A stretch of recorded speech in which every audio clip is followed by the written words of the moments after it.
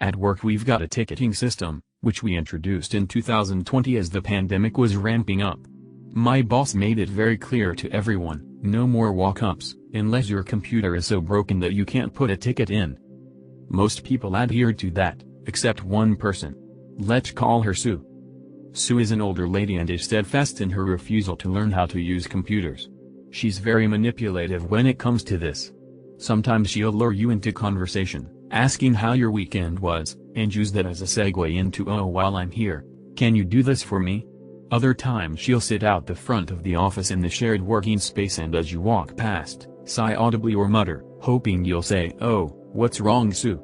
Other times she'll just barge on in and look for the first person to make eye contact with her, put her computer down in front of them, blurt out her issue, and get that person to fix it for her.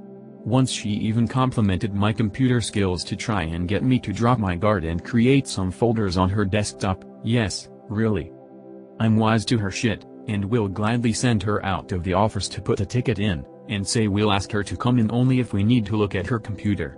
Often, she'll respond to our instructions with "Oh, that didn't work," so that we have no choice but to ask her to come in because clicking a TeamViewer link is like pulling goddamn teeth. One day she had put a ticket in for something that was a known issue. I replied with step-by-step instructions which included screenshots with all the buttons you need to click circled. There were 7 steps in total. About 20 minutes later, she came barging in, saying those steps didn't work. Me, being wise to her shit, asked her to sit down and follow those steps again while she was in the office. Sue then acted flustered, not sure how to switch between the instructions and what she was asked to do. She knew, she just acted dumb, but after a bit of huffing and puffing, she started. About a minute later, she said those steps still didn't work. I asked what step she got up to, and she said step 6. I looked on the screen and saw she had only done steps 1 and 2. I asked her if she'd done steps 3, 5, and she said dismissively, "Oh no, I skipped those steps." Sue had 7 steps to follow. Total time to complete these steps would have been 2 minutes at the very most, and she decided to skip 3 entire steps. I told her to follow the steps again, in their entirety, not skipping a single one, and what do you know? The issue was resolved and she acted surprised.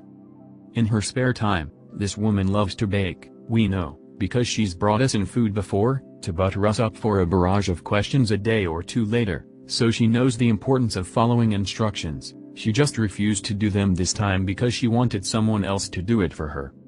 TL, Doctor, a woman at work was given step-by-step, with screenshots, instructions to fix her computer. She skipped 3 of them, then complained that our instructions didn't work.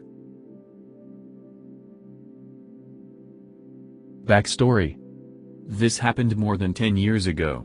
During summer, my uncles got my grandmother a new to her computer, which she didn't want to use. I pried and she said that she was too old to use a computer. I disagreed. I showed her some basic computer tasks, like how to turn it on, using the mouse and keyboard, how to get logged onto the internet, some basic internet safety, shortcuts to news sites, and other simple for us, but hard for them tasks. She was most excited that she could read the news anytime, not just when it came on the TV. She took a computer class a few weeks after I had returned home to learn more of what it can do. It is important to mention that she lives in a different time zone, but has always been mindful of this when calling. Story. After a long night of test prep, I go to sleep, exhausted. I'm aiming hard, when my polyphonic bar phone goes off. That thing was loud. It took several seconds to pull me out of sleep, but I looked at the calling number and the time. It's from her area code. Now, that part of the family never calls at these hours, unless there's an emergency. Armed with this knowledge, I perk up and answer the phone. Me, nervous, hello? Grandma, as happy as could be, I sent you an email. Me, confused, what? Grandma? Grandma, yes, I sent you an email. I figured it out. Did you get? Me, so glad it's not an emergency, it's 2 in the morning, what? Grandma, no, I did the math. It's 2 in the afternoon. Did you get my email? I decided to turn on my tower and log on. Indeed, I see an email from her. Me, I do see an email from you. That's so cool. Now I can email you anytime. Grandma, well, I hope I can figure out how to write one back. You really got it? Me chuckled, I did. Grandma, thanks for showing me that I'm not too old to use the computer. I have to call your mother. I sent her one, too. Me, you're very welcome. But, Grandma, it is actually 2 in the morning here. Maybe wait a few hours before calling her? Grandma, oh, okay, yeah. Sorry, I must have done the math wrong. Me, don't apologize, I'm glad you called. We hung up shortly after. She did end up calling my mom. At 6:30 a.m. I guess she couldn't wait any longer. Edit, she lives in a different country, so my midnight is her morning. She usually calls in her evening, so she's used to catching us in our afternoons. In class the next day, the professor noticed I was unusually tired and confronted me. I told her a summary of my night and she allowed me to retake the test. I thanked her, but Frankie, I was fine with the less than perfect, but passing, grade I got.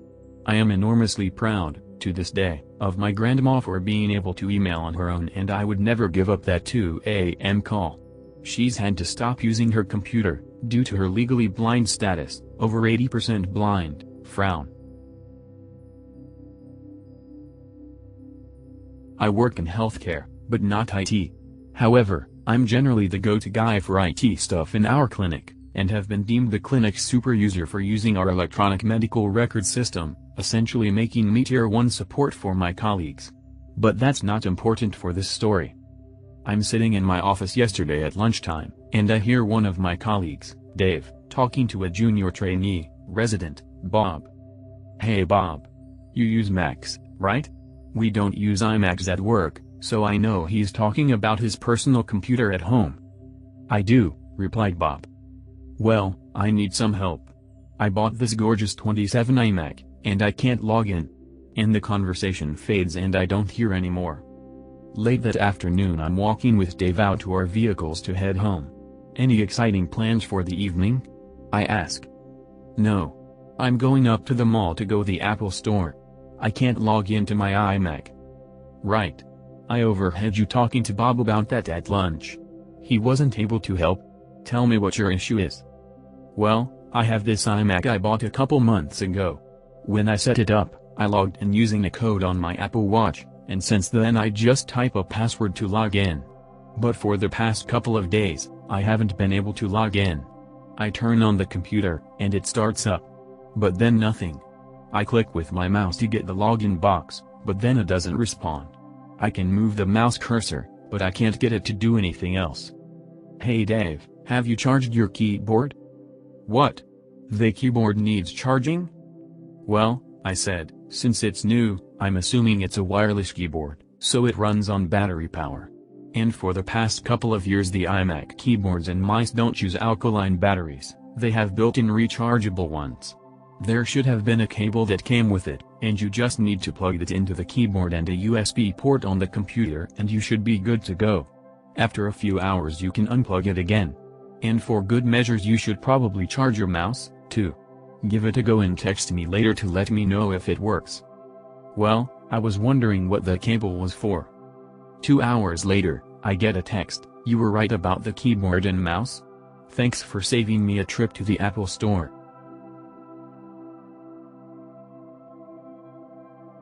Circa 1980 I was working for a time-sharing vendor in the US. Access to our computers was via our own dial-up network. Since most of our customers were in the US and Europe, that's where our computers were. One day I got a call from one of our sales reps screaming that his new customer in Australia was complaining about lousy response time. We had to fix this immediately since this customer was potentially worth thousands of dollars each month. Our monitoring software showed that we were consistently meeting our SLA, service level agreement, of 2.5 seconds, so I asked for details. Often bad response time was due to problems with the local telephone service, especially in rural areas. For all I knew this customer was at a cattle station in the outback. Nope.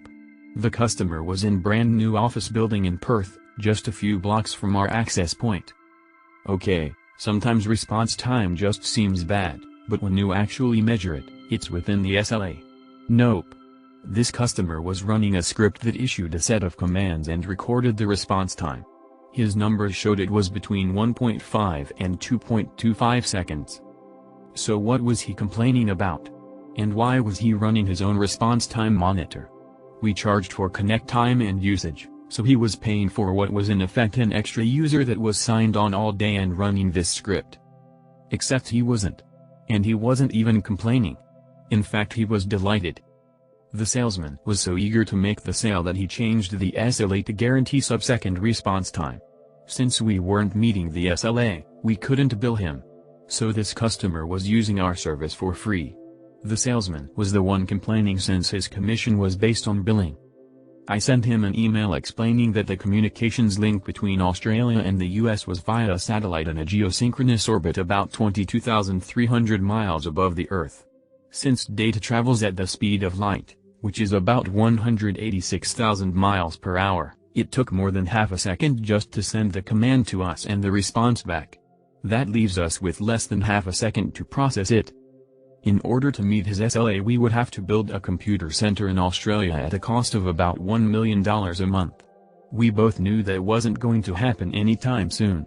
He demanded that I come up with another solution. Preferably before the next billing cycle.